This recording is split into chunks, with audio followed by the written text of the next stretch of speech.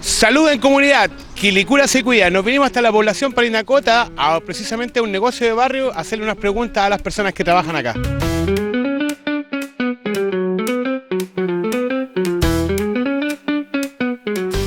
¿Usted conoce algo sobre los primeros auxilios? Muy poco. ¿Nos podría comentar algo sobre lo que conoce?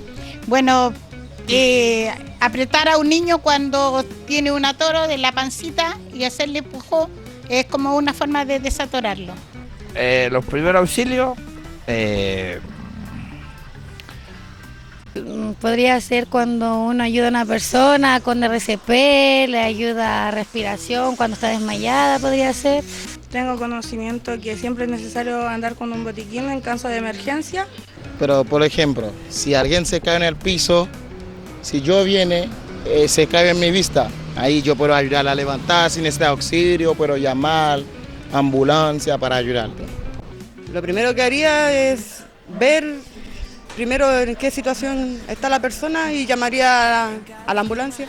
Muy poca gente sabe lo que es la reanimación. Y eso es importante saber lo que es la reanimación. el pecho, un mundial lo hubiera. Primero hay que ponerle un cojincito, yo creo, en la cabecita, cualquier cosita para que no se golpee. Aquí el futuro lo hacemos brillar, con manos que cuidan, con ganas de dar. Salud en comunidad, Quilicura se cuida. Vida saludable, prevención, mejor calidad de vida.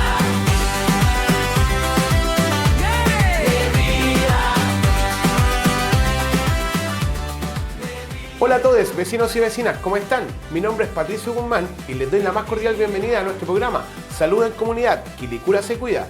Recordemos que es un programa con enfoque de género, equidad y medio ambiente. El día de hoy tenemos un tema muy importante que tratar, que son los primeros auxilios. Y para eso estamos con Camila León, académica de la USACH. Hola, ¿cómo está? Hola, un gusto recibirla el día de hoy acá. Mucho gusto. Bueno, gracias por la invitación. Mi nombre es Camila León, yo soy enfermera, magíster en enfermería y en salud pública y con experiencia en atención en servicios de urgencia. Como comentaba, ¿cierto? El tema de primer auxilio es un tema muy relevante para la población. Vemos que los accidentes pueden ocurrir en momentos inesperados y tener estos conocimientos permiten salvar la vida de las personas. Nosotros no sabemos y queremos explicarle a la gente qué significan primeros auxilios. El primer auxilio tiene que ver con la atención inmediata, ¿cierto? En un tiempo acotado, respecto a una emergencia vital o una descompensación de alguna enfermedad. Este es un abordaje que es transversal, es decir, es independiente del género, independiente de la clase social, independiente en el territorio en el que vivamos, ya que en el fondo va enfocado a salvar la vida de la persona. Ok, nosotros, por ejemplo, ¿qué podríamos hacer en un accidente doméstico? Claro, aquí los primeros auxilios abarcan distintas temáticas, tiene que ver con algo, no sé, por ejemplo, una quemadura, una caída, un corte, ¿cierto? Alguna herida, fracturas, pero también puede estar asociada a cosas más graves como obstrucción total de la vía aérea, que es algo que vamos a conversar, y también el paro cardiorrespiratorio, que ya es la situación más grave que puede afectar la vida de la persona, incluso llegar a la muerte. Claro, yo en lo personal siempre he sabido que los primeros auxilios, y como se ve en las películas y como se ve en hartas partes, casi siempre sale una persona haciéndole así.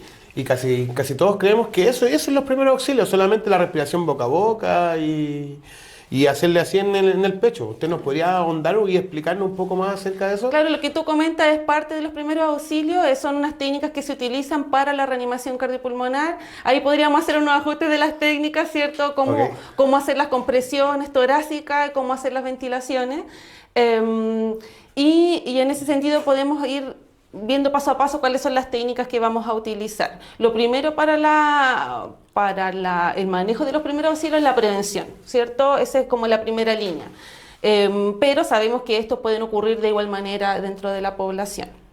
¿Usted por qué cree que es importante que nosotros, las personas comunes en nuestras casas, nuestros vecinos y vecinas que nos están viendo, sepan acerca de primeros auxilios? Porque, como te decía anteriormente, podemos salvar una vida, ¿cierto? Manejar los primeros auxilios, las técnicas básicas van a permitir salvar la vida de las personas. Y sabemos que las personas, incluso cuando tienen paros cardiorrespiratorios fuera del área hospitalaria, por ejemplo en la calle, al no hacer los primeros auxilios de manera inmediata, tienen 2 a 3 veces más posibilidad de no sobrevivir, ¿cierto? Por ocurrir, por ejemplo, esta situación de riesgo de muerte. Entonces, claro, hay evidencia que dice que por cada minuto también que pasamos sin reanimar, hay un 10% de probabilidad de, en el fondo, no salir de este paro y fallecer. ¿Cuáles son los mecanismos de reanimación más comunes que hay? Podemos usar solo nuestras manitos con la reanimación. Ya Sí. técnicas específicas que por ejemplo, para la obstrucción de la vía aérea, donde utilizamos la maniobra de Heimlich, o para el paro cardiorrespiratorio, donde hacemos nuestras compresiones torácicas. Solo con las compresiones uno podría manejar un paro cardiorrespiratorio hasta que llegue los equipos especializados. Ah, ok. Como le contaba delante, hay mucha gente que piensa que es solamente eso. ¿Qué otro tipo de primeros auxilios le podría yo brindar caseramente a una persona? Porque usted me explicaba sobre las quemaduras y cosas así. ¿Eso también son primeros auxilios? También son primeros auxilios. Por ejemplo, en una quemadura, ¿qué vamos a hacer? Poner de inmediato en la zona, ¿cierto? Bajo el chorro de agua. Un buen rato chorro de agua fría, ¿cierto? Y luego trasladar inmediatamente a un servicio de urgencia. Cubrimos con...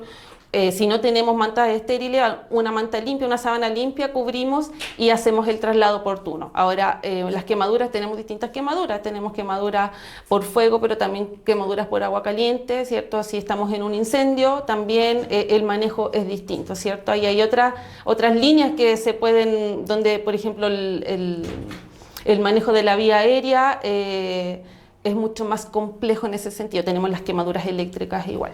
Entonces, lo primero es mantener la calma, ¿cierto? En esto que es muy difícil porque estamos en una situación de tensión, es muy crítica, pero mantener la calma nos va a permitir concentrarnos en lo que estamos haciendo. Lo segundo es que si no tenemos seguridad de lo que estamos haciendo, entonces pedimos ayuda.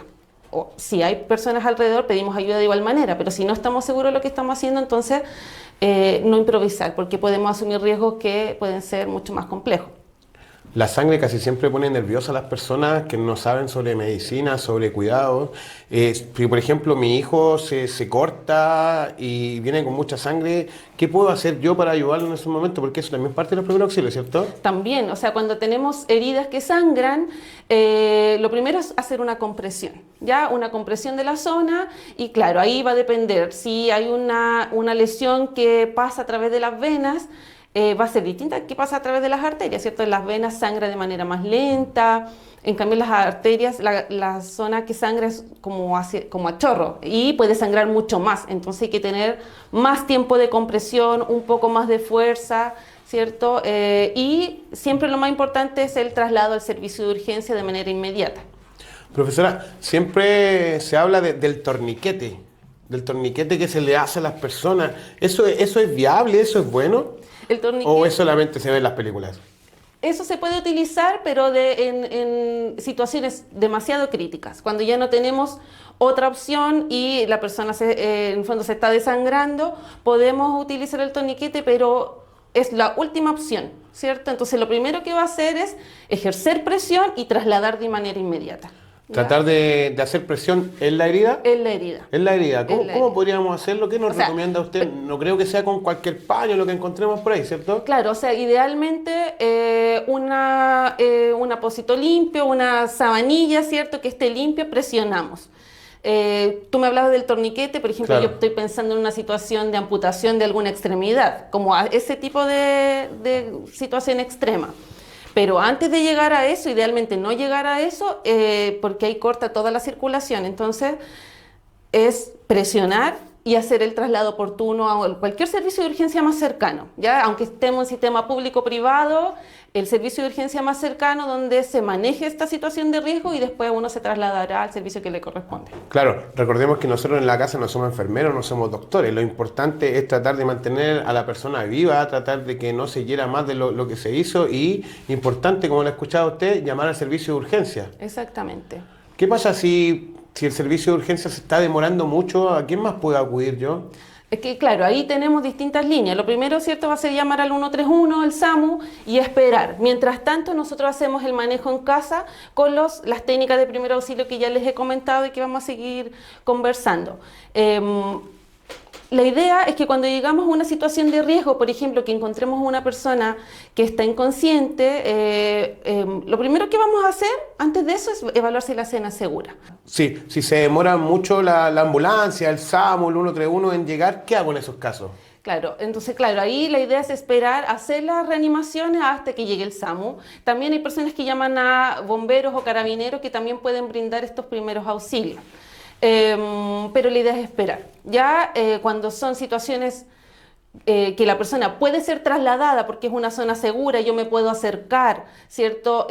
No tengo riesgo de compromiso de daño cervical, por ejemplo, una caída de altura, donde la persona pudo haber tenido una lesión cervical. Al yo mover a esa persona de manera inmediata puede provocar incluso mayor daño. Entonces ahí se decide incluso no mover, mantener y que lleguen los servicios de urgencia. En otros casos, cuando son muy extremos, se demora mucho la persona, podríamos hacer un traslado, por ejemplo, en un auto particular, pero intentar evitarlo. Siempre esperar al el equipo especializado. Y para eso, aprender los primeros auxilios, ¿cierto?, nos sirve mucho. Profesora, no sé si usted me podrá responder esta pregunta, pero legalmente me pongo en riesgo yo si encuentro una persona y en tratar de ayudarla lo trasladamos en un auto particular y esta persona quizás fallece o se pone más grave. Sí, compleja tu pregunta. Pero sí, o sea, intentar evitar en todo momento hacer, por eso la primera línea también tiene que ver con, si no estoy seguro de lo que estoy haciendo, entonces esperar. Claro, importante entonces acudir al centro de salud, llamar, y cuando yo llamo y estoy nervioso porque fue mi hijo, fue mi mamá, quizás la que sufrió un accidente, ¿qué es lo importante que yo debo decir ahí? Claro, cuando uno llama, lo que debe decir en primera instancia es dónde ocurrió el evento, ¿cierto? La dirección, punto claro, uno, como calle, comuna, dónde te encuentras ubicado, cuántas personas están en este evento, fue una persona, fueron más, una edad y sexo, una edad estimada, ¿cierto? El sexo de la persona, es un niño, ¿cierto? Un lactante, un adulto mayor, etcétera. Incluso te pueden pedir tu número de teléfono para que tú registres, ¿ya? Y si la persona está consciente o está inconsciente, eso también sería relevante como mencionar. Y quizá el tipo de accidente que tuvo, si es que es una herida, si es que está ahogado. Claro. Como de manera muy breve explicar cuál es la situación, te van a preguntar, ¿ya? Pero ahí para que lleguen de manera rápida es indicar cierto el lugar exacto en donde se encuentran y en qué situación nos encontramos. Que puede ser, por ejemplo, una situación de un accidente automovilístico y van a haber personas que están inconscientes, otras que no, otras que están con heridas leves. Uno hace una explicación de manera general.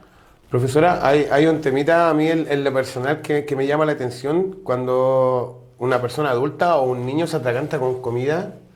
¿Eso también es parte de los primeros auxilios? Por supuesto, ahí tenemos una obstrucción de la vía aérea alta por cuerpo extraño. ¿Qué se dice? Un cuerpo extraño puede ser alimentos, ya, por ejemplo, un trozo de carne, ¿cierto? O también algún objeto, un juguete, por ejemplo, de algún niño que es típico que cuando están en el periodo de que este periodo que todos se lo llevan a la boca. Para conocer mayormente las cosas, los niños explorar no saben lo que el mundo. Claro, exacto, para explorar el mundo. En ese proceso pueden ingerir estos cuerpos extraños que en vez de irse a la vía digestiva se van a la vía aérea y obstruyen. Y yo como padre, como abuelo, como hermano, ¿qué hago en ese caso? Lo primero es evaluar dos cosas. Bueno, ya vamos a ver más o menos la edad de la persona porque eso va a definir cuál es la técnica que voy a utilizar.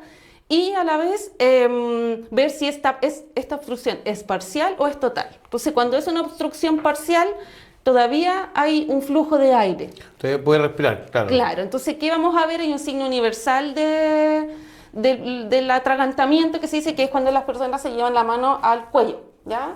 Y uno igual pregunta, aunque suene un poco tonto, pero le pregunta si te estás atragantando y te van a decir que sí. Entonces uno ya sabe que la persona está consciente. Quizá van a mover la cabecita, no claro, asistiendo. Sabes que la persona está consciente, ¿ya? Entonces ahí estimulas a que siga tosiendo. Cuando una persona que tú le puedes como decir, ¿cierto? Dar indicaciones. Si la persona no, por ejemplo, empieza a ponerse morada, cianótica, como se dice, ¿cierto? Color azul, morado, ya es porque el flujo de aire se limitó totalmente y ya no llega aire, lo cual es muy peligroso porque deja de entrar oxígeno a órganos vitales como el cerebro, y la persona en segundos puede caer, ¿cierto?, desplomada con un paro cardiorrespiratorio. Entonces, antes de que llegue a eso, nosotros vamos a hacer nuestra maniobra de Heimlich. ¿Ya? La persona, así se llama, maniobra de Heimlich, para que la aprendan en la casa, la pueden buscar por internet también. Sí. ¿Y en qué consta esta maniobra? Ya, esta maniobra consta de que yo me voy a poner atrás de la persona, pensando en personas mayores de 1 año. ¿Ya? Me pongo atrás de la persona, con las piernas separadas, yo firme, ¿cierto? La persona está consciente en este caso. Yo el que voy a ayudar con las piernas separadas. Sí, puede ser las piernas abiertas, ¿cierto? O como sosteniendo una y la otra atrás. Me pongo atrás de la persona, como la persona está consciente, yo le voy a decir, te voy a hacer la maniobra, ¿ya? Y cruzamos los brazos, ¿cierto? Y con el puñito, ¿cierto? Cubrimos así, y este puñito lo llevamos a la zona alta del estómago, ¿ya? Como donde está el ombligo, un poquito más arriba. Ah, ok, yo pensaba que era acá donde empiezan las costillas. No, más abajo, porque en las costillas tenemos un huesito que se llama esternón. Ya. Y que la punta del esternón, si uno se toca aquí, la punta del esternón es súper delicada. Si nosotros hacemos una mala presión, podemos... Le haría más daño de lo que lo ayudaría. Entonces, como entre la puntita del esternón y sobre el ombligo. Ponemos el puñito y con la otra mano cruzamos y afirmamos este puñito. Y presionamos hacia adentro y hacia arriba, como si fuera una J, hacia adentro y hacia arriba. Ah, ok. Y esa presión, ¿cierto?, va a hacer que se expulse el cuerpo extraño. Esa es la idea, ¿cierto?, que salga con esta presión. Profe, y si, por ejemplo, yo la aplico con el nerviosismo de lo que estamos hablando, de no saber y no sale, tratar de sacarlo con los dedos, ¿es una posibilidad? Uno siempre va a ir mirando, ¿cierto? Si es que se logra sacar, tiene que ser como súper como por fuera, ¿ya? No voy a barrer con mi dedo, entrar a la boca de la persona así a ciegas, porque eso puede provocar que yo voy a empujar el cuerpo extraño mucho más adentro y voy a obstruir más la vía aérea. Entonces puede ser más peligroso. Si yo no veo cuerpo extraño, no entro ahí a Tiene que estar sacar. como a la vista. Tiene que estar a la vista. Profesora, casi siempre se habla del atragantamiento por comida, pero yo tengo un caso en particular que fue de mi hija, que se metió algo por la nariz. Ya, sí. ¿Qué hacemos en esos casos? Ya, bueno, ahí me llegaron varios pacientes en el servicio de urgencia por esa causa, porque de repente se pone un cuerpo extraño, uno no se da cuenta y la persona empieza a, ¿cierto?, con mayor secreción nasal y uno piensa que tal vez un cuadro infeccioso y después mirando, ¿cierto?, en el servicio de urgencia se da cuenta que hay un cuerpo extraño ahí, que pueden ser puntitas de lápices, balines chiquititos, Sí, de hecho, comida. Mi hija fue una de esas cositas con las que se hacen pulseras, Sí. que estaban haciendo pulserita con mi hija que es mayor y de repente ya no la tenía. Y le hacía, mamá, y la tenía en la nariz. Por suerte no fue grave y se lo pudieron sacar con un especialista con una pincita, Sí. pero lo que más le dijeron, que no lo intentara ahí en la casa. Claro. Que no lo intentara sacar porque necesitaba un especialista. Claro, entonces, Gracias a Dios no le intervino la no respiración. fue necesario. Claro, porque tal vez era más pequeño. Entonces queda atrapado ahí y efectivamente con una pinza, ¿cierto?, se puede sacar ese cuerpo extraño en el servicio de urgencia. Como también, por ejemplo, en el oído también ocurren ese tipo de cosas. Y hay que tener ojo porque, claro, hay alimentos que quedan atrapados y con la humedad aumentan de tamaño. Entonces es un poco más difícil ahí extraerlo. Claro, cuando es algo, digamos, biológico o algo natural. En este caso fue algo de plástico. Pero ahí no hubo una obstrucción. Cuando hay una obstrucción que es total, como te decía, hacemos esta maniobra, tratamos de sacar el cuerpo extraño y ahí, claro, la persona o lo expulsa o esto puede avanzar a un paro cardiorrespiratorio, lo cual es mucho más complejo. Y ahí es otra la técnica que utilizamos. ¿Qué haríamos en ese caso cuando la persona se traga algo, o sea por la nariz, sea por la boca, y como dice usted, ya la vemos morada y todo? ¿Es posible seguirla ayudando o es más conveniente llamar al servicio de salud pública? Claro, ahí cuando vemos que la situación se está complejizando, que esto dura segundos, ¿cierto? Si estamos con más personas, le pedimos a alguien que llame al servicio de urgencia y nosotros, al SAMU, y nosotros vamos haciendo la técnica. Cuando vemos que cae en paro, ¿cómo nosotros nos damos cuenta de que está en un paro cardiorrespiratorio? Es que la persona deja de tener estos 3 signos principales, que está consciente, que deja de respirar y de tener pulso. Entonces la persona, tú te acercas, ¿ya? Y ves que la persona no responde, no despierta, ¿cierto? No tiene pulso y no respira, ¿ya? Entonces estas 3 líneas, ¿cierto? Nos permiten nosotros darnos cuenta de que la persona está en un paro cardiorrespiratorio. Entonces, profesora, cuando uno encuentra una persona sin pulso, ¿no significa que la persona ya falleció? O sea, en ese momento la persona está en un estado o sea, en el fondo sí, ¿cachai? Como que está ahí en una situación de paro cardíaco. Paro cardíaco, paro cardiorrespiratorio. Eso significa que el corazón no está bombeando sangre al cuerpo, no está llegando oxígeno a los órganos vitales y que si yo no hago esas maniobras, la persona en segundos va a fallecer. Como que yo esas maniobras las hago de manera mecánica, lo que nuestro corazón hace de manera automática. Y nuestra respiración, porque nosotros no respiramos de manera consciente, nosotros no decimos yo inspiro y expiro, sino que es una cosa automática del cuerpo. Como cuando uno se va a dormir, pues no pensáis necesito quedarme dormido, sino que la relajación te lleva a eso. Claro, entonces, el ser humano no piensa, tengo que respirar, tengo que botar, exhalar. Exactamente, entonces en ese sentido esto ya no está ocurriendo, ¿ya? Y nosotros lo hacemos de manera mecánica, apoyándolo desde el exterior, solo con nuestras manos, ¿cierto? Hasta que lleguen los servicios especializados. Profesora, hemos hablado delante de lo que era el plástico, los pedacitos de carne, pero ¿qué más podemos enseñarle a la gente en la casa acerca de los cuerpos extraños dentro de nuestro propio cuerpo? Por ejemplo, lo que no hablamos es de las personas que son menores de 1 año, ¿ya? Okay. Esa técnica es distinta. Porque uno todavía en general no están caminando a esa edad, entonces lo que hacemos es que a esta persona la ponemos en nuestro antebrazo, mirando hacia abajo con la cabeza, ¿cierto? Un poco más hacia abajo. Claro, no se le puede apretar como una persona mayor. Claro, entonces menores de 1 año, yo con la palma de mi mano golpeo la escápula 5 veces, que son los huesitos que tenemos en la espalda, ¿cierto? 5 golpecitos, ¿ya? De manera firme, no tan fuerte, pero firme. Y giro a la persona, ¿cierto? Mirando hacia arriba, miro, le abro la boquita, miro si hay algún cuerpo extraño que pueda sacar. Si no veo nada, como te decía, no intento barrer de manera así sin lograr ver el cuerpo. Y hago 5 compresiones con mis 2 dedos, 5 compresiones en el tórax, que es como entre la línea intermamilar, ¿cierto? Ya. Justo al medio donde está el huesito del esternón. Subiendo el esternón. 5 compresiones. Giro nuevamente a la misma posición que estaba antes y 5 golpecitos y así vamos hasta que logre sacar el cuerpo extraño. O hasta que lamentablemente caiga en paro cardiorrespiratorio con los signos y síntomas que te comenté recién y ahí hacemos la técnica del paro cardiorrespiratorio. Profe, ¿y si es un alimento y en vez de salir se lo traga? Ahí ya... ¿Sigue el caminito? Claro, ahí lo que se debería hacer, por ejemplo, ocurre mucho con las monedas. Que se tragan, no sé, monedas de 100 pesos, donde no llega a la vía aérea, sino que queda atrapado en el esófago, y ahí tiene que ir al servicio de urgencia, ¿cierto? Se toman los exámenes correspondientes, generalmente se toma una radiografía, se observa el cuerpo extraño y se va evaluando, ¿ya? Porque hay elementos que sí son un poco más riesgosos, por ejemplo, cuando los niños ingieren imanes. Ya, cuando ingieren imanes... Eso afecta directo al cuerpo. Claro, o sea, ahí tiene que ser evaluado y se evalúa si es que hay que entrar o no a pabellón, por ejemplo, para extraerlo. Pero hay otros cuerpos extraños que pueden incluso ir pasando, se va haciendo controles durante el periodo, ¿cierto? Durante los días para ir viendo si se elimina o no se elimina.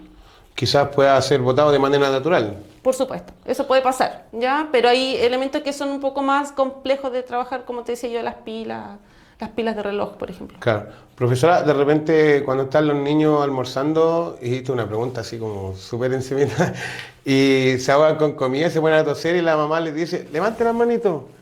¿Eso sirve de algo o sea, es un mito nomás? Que claro, ahí lo que más ayuda es que tosa. Que no tiene nada que ver las manitos arriba. Sí, o sea, uno lo hace igual en general, como trata de hacer una apertura de la vía aérea. Ah, igual sirve entonces, ¿no? Pero lo más importante es que expulse, ¿ya? Porque al levantar los brazos tampoco es como que tenga tanta relación. O sea, se hace igual, pero lo más importante es que la persona tosa. A través de la tos va a expulsar. Y si no se puede, nosotros ayudamos con la maniobra. Claro, porque eso es como de la abuelita que de repente tienen un chichón y le ponen mantequilla al niñito, Claro, o está tosiendo y le dicen que levante las manitos. Yo pensaba que era más mito que realidad, pero igual vemos que igual ayuda un poco. Sí, y la maniobra, claro, es lo más importante y por supuesto la prevención. O sea, en los niños más chiquititos, lo importante es, por ejemplo, que cuando están comiendo no hacerlos reír, ya porque eso sí puede ser un riesgo, que Claro. ingiera alimentos que son para su edad, por ejemplo, no dar frutos secos a menores de 5 años, cabritas, cualquier alimento que sea redondo, ¿cierto? Y que sea mayor a la vía aérea es peligroso. Por ejemplo, dar uvas a niños muy pequeños puede ser peligroso. Entonces, todo eso hay que considerarlo para dar los alimentos más pequeños o a la edad correspondiente. ¿El arroz es riesgoso para los bebés? Es que no, porque el arroz, el granito es pequeño. Entonces, chiquitito. Sí. Profesora, ¿existe alguna posibilidad de que los niños, cuando estén comiendo, en vez de tragar, respiren la comida? Claro, o sea, puede pasar que efectivamente se vaya a la vía aérea, pero ahí tenemos dos opciones, un poco lo que tiene que ver con el cuerpo extraño. Si es un objeto de mayor tamaño que obstruye la vía aérea, hacemos nuestra reanimación. Si es un objeto más pequeño, ese objeto incluso se puede ir a los bronquios, ¿ya? Y eso puede provocar también otras complicaciones, un poco más a largo plazo, no tan inmediatas como lo que hablamos de la obstrucción, pero que también tiene que ser evaluado y posiblemente extraído en un servicio de urgencia o ya tiene que ser controlado en el servicio de urgencia. Profesora, ¿y nos puede explicar usted un poco de la reanimación cardiopulmonar? Ya, cuando llegamos a la reanimación cardiopulmonar, esta reanimación la hacemos en una situación de paro cardiorrespiratorio, es decir, una persona que no respira, no tiene pulso y no está inconsciente.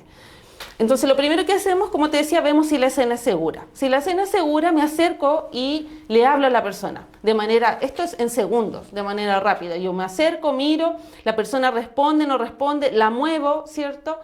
Veo si respira o no, podemos ver si se levanta o no el tórax y tomamos el pulso en personas adultas y mayores de 1 año, que puede ser en la carótida, ¿ya?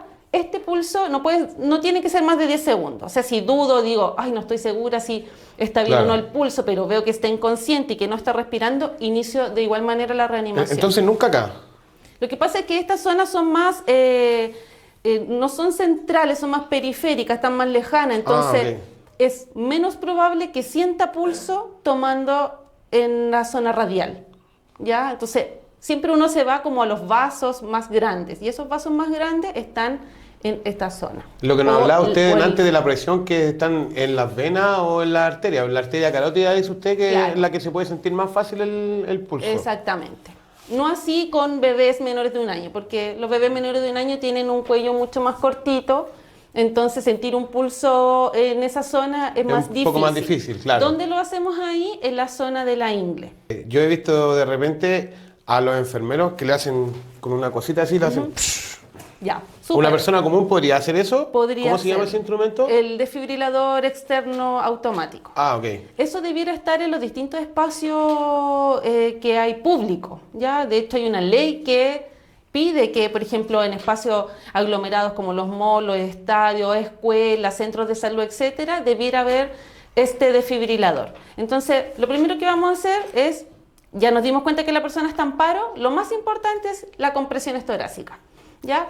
¿Cómo comprimimos? Con los brazos rectos, ¿cierto? Y cruzamos las manos, nos ponemos al lado de la persona. ¿Hay una mano que tenga que ir adelante? O... No, da lo mismo. Okay. ¿Ya? En una superficie firme, lisa, donde comenzamos a comprimir. ¿A dónde ponemos la manito? Sobre el tórax, como lo mismo que te explicaba anteriormente de la línea como intermamilar, justo al medio. Ah, ok, arriba del esternón. Claro. Como justo aquí en la zona de acá. ¿Al ¿ya? medio? Sí. Ya. Entonces, ponemos así esto en personas sobre 8 años, ¿ya? Porque ejercemos una fuerza. No flectamos nuestros codos, sino que hacemos toda la presión con nuestro cuerpo. Esto obviamente lo hacemos nosotros como al lado de la persona de rodillas, ¿cierto? Claro, no hacer así. Nunca flectamos los codos, ¿ya?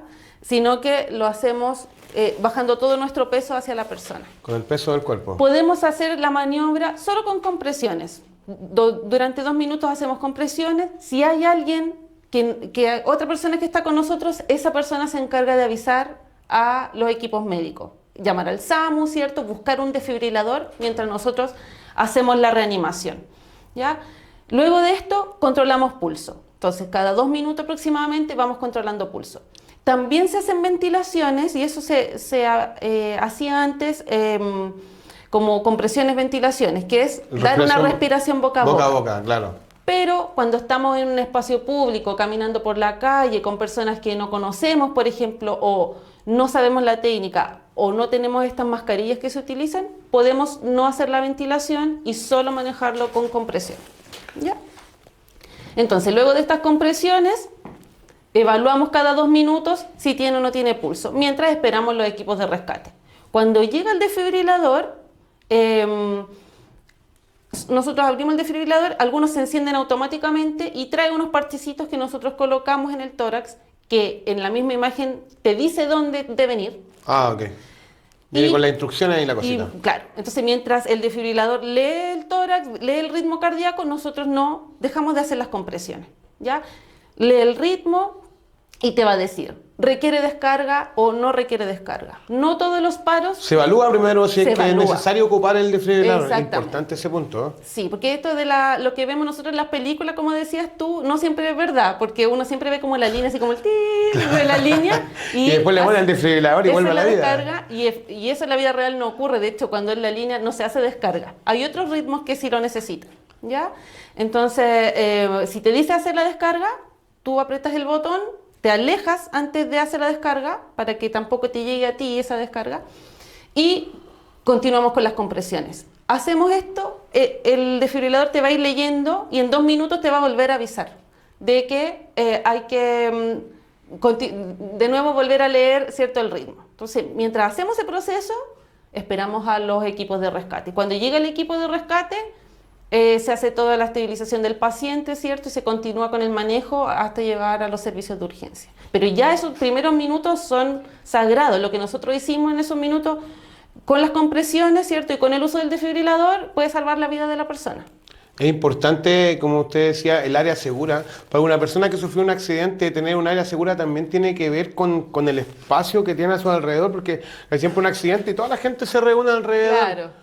Igual, para que pase el aire, pienso yo, ¿cierto? Mientras más gente haya mirando, menos aire va a haber para la persona, ¿no?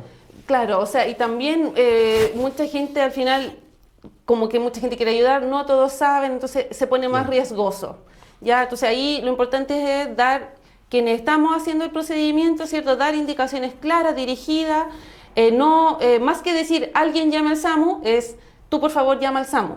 Claro, tener determinación. Tú por favor, anda a buscar un DEA, mientras yo me quedo aquí.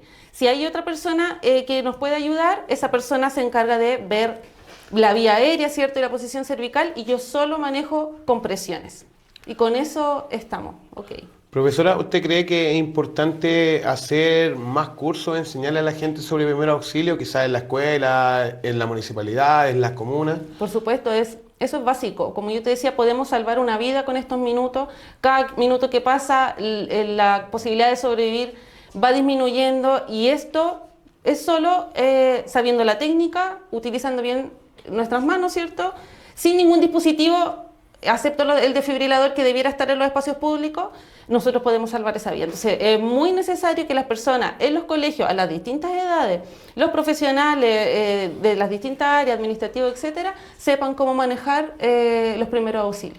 Profesora, muy interesante el tema que tocamos el día de hoy. Yo aprendí mucho, ojalá que las personas en la casa también hayan aprendido sobre primeros auxilios, y queremos que nos deje un mensajito o alguna recomendación para todos nuestros vecinos de Quilicura.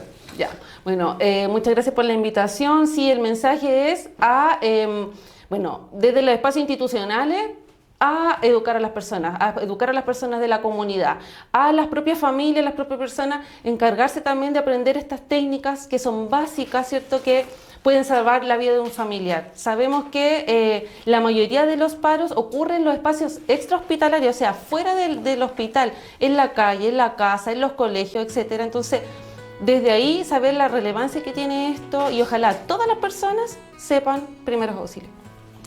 Bueno, y con esto nos despedimos. Muchas gracias por vernos el día de hoy. Será hasta la próxima en Salud en Comunidad. Quilicura se cuida. Consejos de primeros auxilios. Regla de oro en toda emergencia. Mantén la calma. Te ayuda a actuar con concentración y serenidad. Evalúa la seguridad. Asegúrate de que no haya peligros antes de acercarte a la víctima. Pide ayuda. Llama al 131 SAMU, 132 Bomberos o 133 Carabineros. En caso de atragantamiento puedes realizar la maniobra de Heimlich. ¿Cuáles son las señales? La persona se lleva las manos al cuello, no puede respirar ni hablar, tiene obstrucción total. Tu acción en este caso: ponte detrás y rodea su abdomen, pon tus manos bajo el esternón. Presiona con el puño cerrado con fuerza hacia adentro y arriba. Repite hasta que expulse el objeto o caiga inconsciente. En caso de paro cardiorrespiratorio, las señales son: la persona está inconsciente, no respira o no tiene pulso. Tu acción: llama al 131. Inicia RCP de inmediato con presiones fuertes y rápidas en el centro del pecho. Ritmo de 100 a 120 por minuto. En caso de infarto y accidente cerebrovascular, los síntomas son: dolor opresivo en el pecho que se irradia al brazo, cuello o mandíbula. Síntomas del accidente cerebrovascular: dificultad repentina para hablar, debilidad facial o de un brazo o pierna. Tu acción debe ser llamar al 131 inmediatamente, asegura reposo en posición cómoda y afloja su ropa. Aquí el futuro lo hacemos brillar, con manos que cuidan, con ganas de dar.